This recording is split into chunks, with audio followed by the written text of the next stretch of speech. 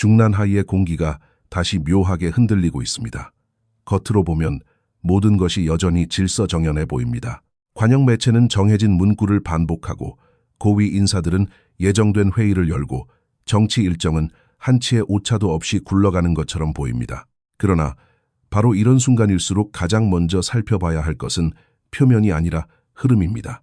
특히 3월의 중대 정치 일정을 앞둔 시점이라면 중국 공산당이 무엇을 강조하고 무엇을 의도적으로 감추는지 그 방향부터 읽어야 합니다. 그리고 이번에 드러난 신호는 매우 분명합니다. 경제를 전면에 내세워야 할 시기에 체제를 움직이는 핵심 메시지가 갑자기 성장이나 민생이 아니라 정치적 충성, 성과관, 당성, 그리고 간부 통제로 이동했다는 점입니다. 이것은 단순한 구호 조정이 아니라 권력 중심부가 내부 기강을 다시 조여야 할 만큼 불안감을 느끼고 있다는 방증으로 읽힙니다.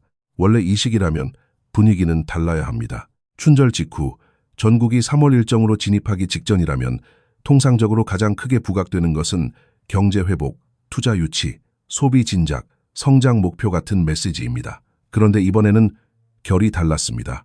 신화통신이 연속으로 내보낸 핵심 정치 신호는 경제 총동원이 아니라 이른바 올바른 성과관을 세우고 실천하라는 학습 교육이었습니다. 문장만 놓고 보면 공공을 위해 일하고 과학적으로 결정하고 실무를 강화하라는 일반론처럼 들릴 수 있습니다. 하지만 중국 공산당의 정치 언어는 늘 표면보다 맥락이 중요합니다. 특히 이런 표현이 특정 시점에 집중적으로 등장할 때는 행정 효율을 높이자는 수준이 아니라 누가 중심에 서 있고 누가 줄을 맞추지 않는지 다시 확인하겠다는 경고에 가깝습니다. 더 주목해야 할 것은 이 움직임이 겨냥하는 대상입니다. 범위가 모호한 대중 캠페인이 아니라 현처급 이상 지도부와 지도 간부, 특히 1인자에게 초점이 맞춰졌다는 점은 결코 가볍지 않습니다. 이는 가장 직접적으로 말해 각 지역과 각 조직의 실질적 결정권자들에게 다시 한번 충성의 방향을 분명히 하라는 신호입니다. 정책 성과를 논하는 척하지만 실제로는 정치적 정렬 상태를 점검하는 것입니다. 다시 말해 이번 움직임의 핵심은 경제 성과를 독려하는 것이 아니라 지금 이 체제 안에서 누가 얼마나 안정적으로 통제되고 있는가를 재확인하는 데 있습니다. 경제가 흔들리고 사회 심리가 가라앉는 국면에서조차 이런 메시지가 최전면으로 올라온다는 것은 중앙이 지금 가장 부족하다고 느끼는 것이 성장 동력이 아니라 내부 결속이라는 뜻이기도 합니다. 이 대목에서 이름을 함께 봐야 전체 그림이 또렷해집니다. 회의의 형식보다 중요한 것은 누가 이 과정을 잡고 있느냐입니다. 차이치와 리시가 동시에 전면에 등장했다는 사실은 단순한 의전이 아닙니다. 차이치는 정치적 통제와 정보 흐름, 조직 긴장 관리의 핵심 상징으로 읽히는 인물이고 리시는 당내 기율과 조사, 책임 추궁의 상징으로 받아들여지는 인물입니다. 한 사람은 감시와 정렬의 그림자를, 다른 한 사람은 처벌과 문책의 가능성을 떠올리게 만듭니다. 이 두 인물이 중심에 놓인 채 성과관 학습이 강조된다는 것은 지금 중앙이 원하는 것이 창의적 행정이나 지역 실험이 아니라 흔들림 없는 복종과 위험 신호의 조기 차단이라는 해석을 가능하게 합니다. 이 흐름은 왜 지금 더 예민하게 읽혀야 할까요? 이유는 시점입니다. 최근 한 달 동안 권력 핵심부를 둘러싼 충격파가 워낙 컸기 때문입니다. 장유샤와 류전리의 이름이 정치적 파장과 함께 거론된 뒤 체제 내부에는 겉으로 드러나지 않는 긴장이 빠르게 번졌을 가능성이 큽니다. 이런 상황에서 중국 공산당의 간부 사회가 가장 먼저 보이는 반응은 대개 과감한 돌파가 아니라 소극적 방어입니다. 누구도 먼저 나서 책임을 지려 하지 않고 누구도 섣불리 자신의 정치적 입장을 드러내려 하지 않습니다. 겉으로는 회의를 열고 문건을 전달하지만 실제로는 서로의 표정을 살피고 바람의 방향이 어디로 움직이는지 계산하는 시간이 길어집니다. 체제 입장에서 가장 위험한 순간은 공개적 반발보다 이런 집단적 정지 상태입니다. 명령은 내려가지만 열정이 사라지고 구호는 울리지만 자발성이 증발하는 순간 시스템은 겉보기보다 훨씬 빠르게 무거워집니다. 바로 그래서 이번 정치 신호는 더 직접적입니다. 지금 필요한 것은 실적 경쟁이 아니라 태도 정렬이라는 메시지를 위에서 아래까지 강하게 내리꽂고 있는 것입니다. 누가 어떤 성과를 냈는지보다 누가 어떤 자세를 취하고 있는지가 더 중요해진 국면입니다.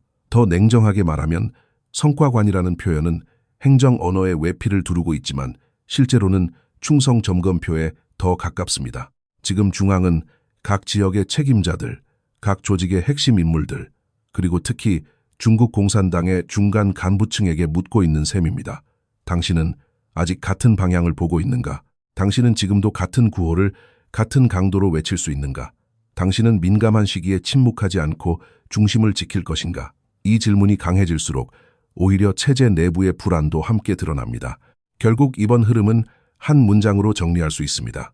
경제의 언어가 나와야 할 시기에 정치적 충성의 언어가 앞줄에 섰다는 것, 그리고 그 메시지가 가장 실권을 쥔 간부층과 일인자들을 정조준하고 있다는 것 자체가 이미 비정상적인 긴장의 신호라는 점입니다.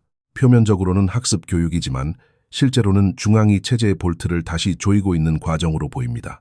그리고 이런 움직임은 대개 내부가 단단해서가 아니라 내부의 균열의 기척이 감지될 때 더 자주 나타납니다. 문제는 여기서 끝나지 않는다는 것입니다. 상층부의 긴장은 언제나 더 민감한 영역으로 번져갑니다. 특히 권력의 중심이 흔들릴수록 그 불안은 결국 군과 사회 통제 영역까지 빠르게 퍼지게 됩니다. 다음 흐름을 이해하려면 이제 왜 장유샤와 류전리 이후의 여진이 단순한 인사 문제가 아니라 중국 권력 구조 전체의 심리 변화를 만들었는지 더 깊이 들여다봐야 합니다. 한 달이라는 시간은 겉으로 보면 짧아 보이지만 권력의 중심부에서는 질서가 유지되는지 아니면 균열이 깊어지는지를 가늠하기에 충분한 시간입니다. 특히 군과 최고 권력층이 동시에 연결된 사건의 여파는 하루 이틀 만에 사라지지 않습니다. 장유샤와 류전리를 둘러싼 충격이 던진 가장 큰 파문은 단순히 두 인물의 거취 문제가 아니었습니다. 더 본질적인 문제는 그 사건이 체제 내부 전체에 어떤 심리적 메시지를 남겼느냐는 점이었습니다. 최고 위급 인물조차 한순간에 정치적 경랑의 중심으로 밀려날 수 있다는 인식이 퍼지는 순간 조직은 표면적인 침묵과는 다른 방식으로 변하기 시작합니다. 사람들은 더 이상 공식 발표만 믿지 않고 각자의 위치에서 생존의 계산을 먼저 하게 됩니다. 그때부터 시스템은 겉으로는 움직여도 속으로는 급격히 얼어붙습니다. 원래 권력 체계가 강하게 작동할 때는 상층부의 인사 변화가 있더라도 하부 조직은 비교적 빠르게 재정렬됩니다. 누가 중심인지 분명하고 누가 줄을 서야 하는지 명확하면 충격은 있어도 곧 안정으로 수렴됩니다. 그러나 지금과 같은 분위기에서는 다릅니다. 고위층에서 발생한 큰 충격이 오히려 조직 전체에 하나의 질문을 던집니다. 지금 과연 무엇이 안전한 선택인가?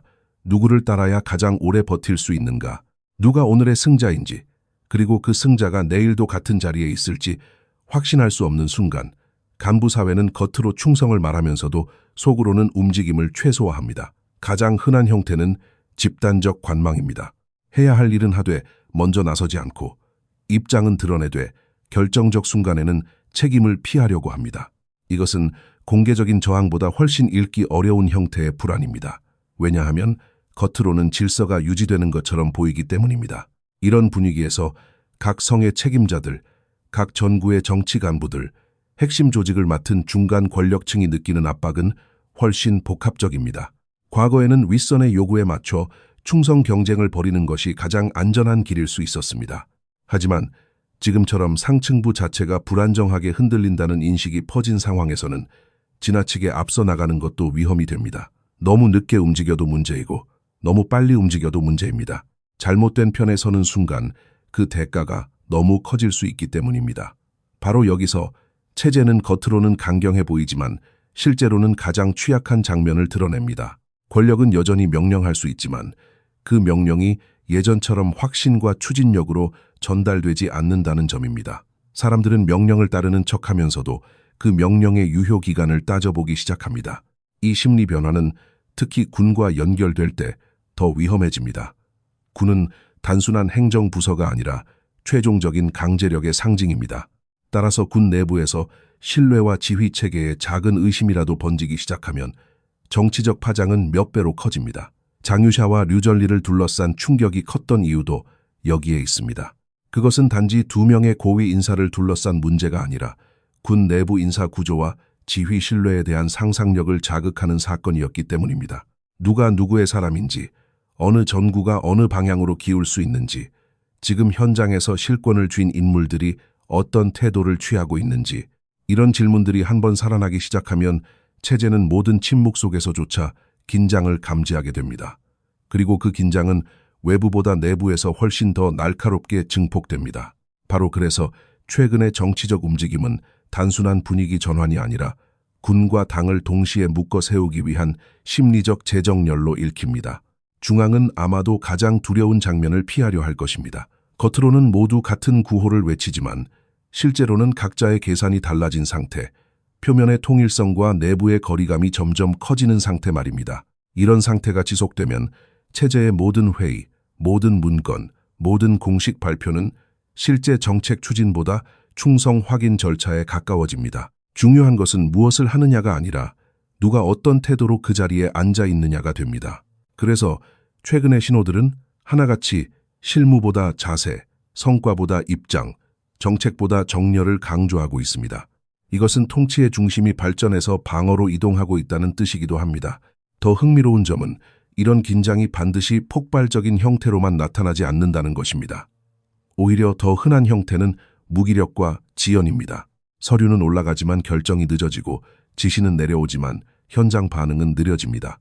모두가 조심스러워질수록 행정체계는 형식만 남기고 에너지를 잃기 쉽습니다. 지방에서는 민생 현안을 적극적으로 밀어붙이기보다 책임 소재를 피하는 방향으로 움직일 가능성이 커집니다. 군에서도 중요한 것은 임무 완수보다 리스크 관리가 됩니다. 이런 분위기는 공개적으로는 드러나지 않지만 체제 전체의 체온을 떨어뜨립니다. 겉으로는 소음이 적기 때문에 안정처럼 보일 수 있지만 실제로는 누구도 먼저 무게를 지려 하지 않는다는 점에서 더 위험합니다. 조직이 살아 움직이는 상태가 아니라 사고를 피하기 위해 스스로를 묶어두는 상태에 가까워지기 때문입니다. 이 지점에서 우리는 왜 중앙이 반복적으로 충성의 언어를 앞세우는지 이해할 수 있습니다. 체제 내부가 스스로 추진하지 않을 때 권력은 더 노골적으로 정렬을 요구합니다. 믿음이 약해질수록 선언은 커지고 자신감이 줄어들수록 구호는 더 자주 등장합니다. 다시 말해 지금의 강한 정치 메시지는 체제의 여유를 보여주는 것이 아니라 오히려 여유가 부족하다는 것을 역설적으로 드러내는 장면일 수 있습니다. 권력이 정말 안정적이라면 굳이 모든 계층에 반복적으로 입장을 확인할 필요가 없습니다. 그러나 지금은 다릅니다. 중앙은 누구도 완전히 믿지 못하기 때문에 더 자주 확인하고 더 넓게 점검하고 더 세게 경고하는 방식으로 대응하려 합니다. 이것은 강경함의 표현이면서 동시에 불안의 증거입니다. 이런 구조에서는 중간 간부층의 태도가 결정적으로 중요해집니다. 최고 지도부가 아무리 강한 메시지를 내도 실제로 국가를 움직이는 것은 결국 중간에 있는 수많은 책임자들입니다. 성과를 만들어내는 것도 그들이고 정책을 현장으로 번역하는 것도 그들이며 위기 상황에서 질서를 유지하는 것도 그들입니다. 그런데 바로 그 층위에서 마음이 떠나기 시작하면 체제는 겉모습과 실제 작동 사이에 큰 간극이 생깁니다. 명령은 존재하지만 추진력이 약하고 통제는 존재하지만 신뢰가 얕아집니다. 이것이야말로 중앙이 가장 경계하는 상태입니다. 그래서 최근의 움직임은 단순히 반대 세력을 겨냥한 것이 아니라 아직 공개적으로 드러나지 않은 회색지대의 사람들, 즉 아직 누구 편인지 완전히 드러내지 않은 다수에게 보내는 경고의 성격이 강합니다. 지금은 머뭇거릴 때가 아니라는 압박을 체제 전반에 흘려보내고 있는 것입니다. 그러나 역설적으로 바로 이런 방식이 내부의 긴장을 더 키울 수도 있습니다. 충성 점검이 반복될수록 사람들은 자신이 보호받고 있다고 느끼기보다 시험받고 있다고 느끼게 됩니다. 시험이 길어질수록 자발성은 줄고 창의성은 사라지며 방어 본능만 남습니다. 특히 중국처럼 정치 신호의 해석이 생존과 직결되는 환경에서는 한번 움츠러든 조직이 쉽게 다시 활력을 되찾기 어렵습니다. 각자의 계산은 더 복잡해지고 공식 구호는 더 커지지만 진짜 신뢰는 더 희박해집니다. 결국 권력이 가장 강하게 움켜쥐려는 순간일수록 내부에서는 조용한 거리 두기가 더 넓게 퍼질 수 있습니다. 겉으로는 모두가 같은 방향을 보는 듯해도 실제로는 누구도 완전히 안심하지 못하는 상태가 계속되는 것입니다. 이제 중요한 것은 이런 상층부의 심리 변화가 어디로 흘러가느냐입니다. 권력의 중심이 자기 내부를 완전히 신뢰하지 못하게 되면 다음 단계는 늘 비슷합니다. 불안을 바깥으로 확장해 더 촘촘한 통제를 시도하는 것입니다. 그리고 그 첫 번째 대상은 대개 사회 전체 가운데서도 가장 빠르게 감정이 응집될 수 있는 공간입니다. 바로 청년층이 밀집해 있고 정보와 감정이 순식간에 퍼질 수 있는 장소, 대학입니다. 상층부의 흔들림이 왜 캠퍼스의 조직 개편과 감시 강화로 이어지는지, 그 연결고리를 이해하는 순간 지금의 전체 그림은 상층부의 긴장이 사회 통제로 번지는 가장 민감한 지점은 언제나 젊은 세대가 모여있는 공간입니다. 그 가운데서도 대학은 단순한 교육기관이 아니라 감정과 정보, 불만과 기대가 가장 빠르게 응집되는 장소입니다. 그래서 최근 여러 대학에서 보안과 질서 유지 관련 조직이 단순한 행정부서의 성격을 넘어 더 강한 정치적 기능을 띠는 방향으로 재편되고 있다는 흐름은 결코 사소한 변화로 볼 수 없습니다. 이름 하나 바뀌는 것처럼 보여도 중국의 체제 문법 안에서는 그 의미가 분명합니다. 과거에는 후방 지원과 시설 보호에 가까웠던 기능이 이제는 안정 유지와 위험 조기 탐지라는 훨씬 정치적인 임무와 결합되고 있다는 뜻입니다. 이것은 단지 캠퍼스 안의 문제를 넘어 권력이 지금 어디를 가장 경계하고 있는지를 보여주는 상징적 장면입니다. 왜 하필 대학일까요? 이유는 단순하면서도 구조적입니다. 지금 중국 사회에서 가장 큰 심리적 압박을 받고 있는 집단 가운데 하나가 바로 청년층이기 때문입니다. 졸업은 곧 기회로 이어져야 한다는 기대가 오랫동안 사회 전체에 내면화되어 있었지만 현실은 점점 더 거칠어지고 있습니다. 교육에 많은 비용과 시간을 쏟아부은 뒤에도 원하는 일자리를 얻지 못하는 경우가 늘어나고 기대했던 경로가 막혀 있다는 체감은 빠르게 번집니다. 이런 상황에서 대학은 단지 공부하는 장소가 아니라 미래에 대한 불안과 사회에 대한 체감이 서로 교차하는 공간이 됩니다. 수많은 젊은 사람들이 같은 시간표 안에서 비슷한 압박을 공유하고 그 감정이 서로에게 반사되기 시작하면 작은 불만도 순식간에 큰 정서로 번질 수 있습니다. 체제의 입장에서 가장 예민한 것은 바로 이 집단적 공명입니다. 여기서 중요한 것은 학생들의 불만이 반드시 거대한 구호나 공개적인 행동으로만 나타나는 것이 아니라는 점입니다. 처음에는 취업에 대한 체념, 생활비에 대한 압박, 미래 전망에 대한 냉소처럼 조용한 정서로 시작될 수 있습니다. 그러나 이런 정서가 일정 수준을 넘어서면 개인의 고민은 어느 순간 집단의 분위기로 바뀝니다. 특히 대학은 기숙사와 강의실, 온라인 커뮤니티와 동아리 문화가 촘촘하게 연결되어 있기 때문에 감정의 확산 속도가 매우 빠릅니다. 체제는 바로 이 지점을 잘 알고 있습니다. 한 사람의 불만은 관리할 수 있어도 같은 경험을 공유하는 수천 명의 감정이 한 방향으로 흐르기 시작하면 통제 비용은 기하급수적으로 커집니다. 그래서 지금의 대학 통제 강화는 어떤 사건이 이미 크게 터졌기 때문에만이 아니라 그런 가능성이 생기기 전에 미리 문턱을 높여 두려는 성격이 강합니다. 이 변화는 단순한 시설 보안의 강화와는 결이 다릅니다. 핵심은 물리적 안전만이 아니라 분위기 관리, 여론 감지, 조직적 조짐의 조기 차단에 있습니다. 다시 말해 캠퍼스는 이제 공부와 생활의 공간인 동시에 잠재적 위험을 실시간으로 감시하는 정치적 공간으로 재해석되고 있는 셈입니다. 학생들의 집단 심리, 교내의 발언 환경, 특정 이슈에 대한 반응, 온라인에서 오가는 정서까지 모두 안정이라는 이름 아래 더 면밀하게 관찰될 수 있는 구조가 만들어지고 있습니다. 이런 전환은 권력이 단지 행동만 두려워하는 것이 아니라 행동으로 이어질 수 있는 분위기 자체를 더 크게 경계하고 있다는 뜻입니다. 사람들의 분노는 눈에 보이는 순간보다 아직 말로 정리되지 않은 채 공기 속에 퍼질 때 더 예측하기 어렵기 때문입니다. 이 지점에서 대학은 사회 전체의 축소판처럼 보이기 시작합니다. 취업 불안과 계층 상승의 어려움, 기대와 현실 사이의 간극, 개인의 노력으로는 돌파하기 힘든 구조적 피로감이 가장 응축된 공간이기 때문입니다. 따라서 대학을 먼저 단단히 묶으려는 움직임은 단지 학생들을 겨냥한 것이 아니라 청년층이 사회 전체의 불안 신호를 가장 먼저 보여주는 집단이라는 판단과 연결됩니다. 체제는 늘 가장 빠르게 반응하는 곳을 먼저 잡으려 합니다. 그곳을 묶어두면 나머지 공간에도 경고가 전달된다고 보기 때문입니다. 그래서 대학 조직 개편은 행정 효율화가 아니라 감정이 사건이 되기 전에 막겠다는 예방적 통치의 성격이 더 강하다고 볼 수 있습니다. 하지만 여기서 더 깊은 층위가 드러납니다. 왜 지금은 이런 초기 차단이 그토록 중요해졌을까요? 그 이유는 단지 학생들이 두렵기 때문이 아니라 작은 불안이 큰 사건으로 커졌을 때 그것을 처리하는 최종 수단에 대해서도 체제가 이전만큼 자신하지 못할 가능성이 커졌기 때문입니다. 즉, 문제의 핵심은 학생 시위 자체가 아니라 그것이 커졌을 경우 그 다음 단계가 어디로 이어질지 예측하기 어려워졌다는 점입니다. 상층부의 긴장과 군을 둘러싼 불확실성이 커진 상황에서는 사회적 불안이 일정 수준을 넘어서기 전에 내부 공간에서 봉합하는 것이 훨씬 중요해집니다. 그래서 대학 안에서 더 촘촘한 통제 구조를 만들려는 움직임은 단순한 과잉 대응이 아니라 더 큰 리스크를 바깥으로 번지지 않게 하려는 방화벽 구축으로도 읽힙니다. 바로 이 대목이 지금의 국면을 이해하는 핵심입니다. 과거에는 사회적 동요가 커지더라도 체제는 최종적으로 강제력을 동원하면 된다는 확신을 상대적으로 더 강하게 가질 수 있었습니다.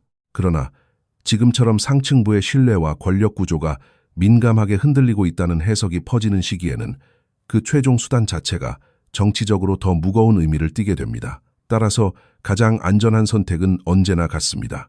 불안의 씨앗이 더 큰 정치 사건으로 번지기 전에 그것이 처음 생겨나는 공간 안에서 흡수하고 봉합하는 것입니다. 대학 내부의 관리 강화가 의미하는 것은 바로 이것입니다. 체제는 더 이상 결과만 관리하려는 것이 아니라 결과를 낳을 수 있는 조건 자체를 줄이려 하고 있습니다. 이것은 안정 유지의 강화처럼 보이지만 동시에 체제가 더 넓은 확산을 두려워하고 있다는 사실을 보여줍니다. 그리고 이 지점에서 시선은 자연스럽게 바깥으로 이동합니다. 내부의 긴장이 커질수록 권력은 외부를 활용해 내부 압력을 조절하려는 경향을 보입니다. 최근 대외 메시지의 결이 복합적으로 엇갈리는 것도 이 흐름 안에서 이해할 수 있습니다.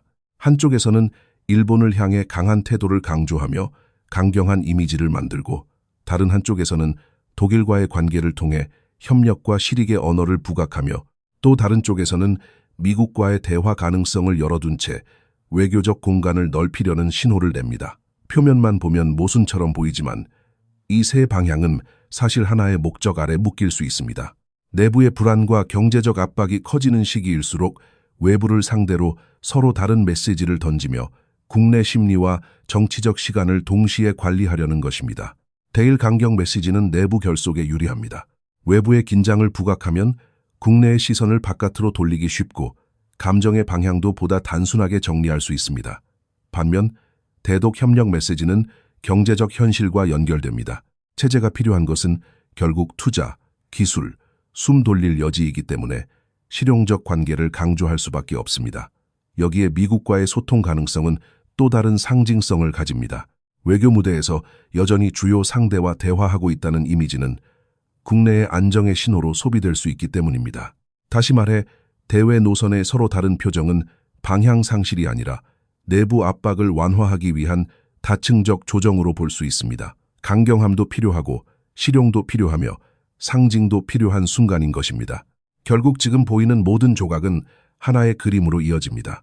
내부에서는 정치적 충성의 언어가 강화되고 상층부의 긴장이 중간 간부층의 관망과 방어를 낳고 그 불안은 다시 대학과 청년층을 향한 촘촘한 통제로 확장됩니다. 그리고 그와 동시에 바깥에서는 강경함과 협력, 대화의 이미지를 교차시키며 체제의 숨 쉴 공간을 늘리려 합니다.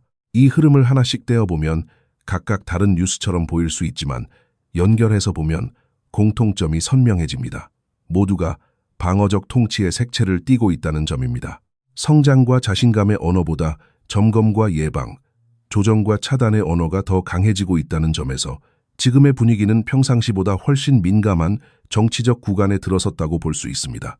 중요한 것은 이럴 때일수록 표면의 구호보다 구조를 보는 시선입니다. 어떤 회의가 열렸는지, 어떤 문구가 나왔는지, 어느 나라를 향해 어떤 말을 했는지도 중요하지만 더 본질적인 질문은 따로 있습니다. 왜 하필 지금 이런 메시지들이 한꺼번에 등장하는가?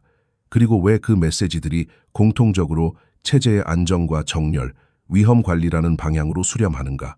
이 질문에 답하려고 할 때 우리는 단순한 뉴스 소비를 넘어 권력의 심리와 통치의 흐름을 읽게 됩니다. 결국 지금의 장면은 확정된 결말을 보여주는 것이 아니라 매우 예민한 전환기의 징후들을 드러내고 있습니다. 그래서 지금 필요한 태도는 과장된 흥분도, 무조건적인 단정도 아닙니다. 오히려 더 차분하게 신호를 이어보는 일입니다. 내부 결속을 다지는 메시지가 왜 이렇게 자주 반복되는지, 청년층과 대학이 왜 더 민감한 관리 대상이 되는지, 대외 메시지가 왜 이렇게 다층적으로 갈라지는지를 함께 놓고 보면 앞으로의 정치 일정이 단순한 형식적 행사가 아니라 체제 안정의 시험대가 될 수 있다는 점이 점점 분명해집니다. 결국 핵심은 한 가지입니다. 지금 벌어지는 일들은 각각 흩어진 사건이 아니라 같은 불안을 다른 방식으로 관리하려는 연속된 대응이라는 점입니다. 그리고 바로 그렇기 때문에 앞으로의 변화 역시 어느 한 장면이 아니라 이 연결된 흐름 전체 속에서 읽어야 합니다. 지금은 그 전조를 세밀하게 관찰해야 할 시간입니다. 겉으로는 조용해 보여도 진짜 중요한 변화는 대개 가장 조용한 순간에 방향을 바꾸기 시작하기 때문입니다.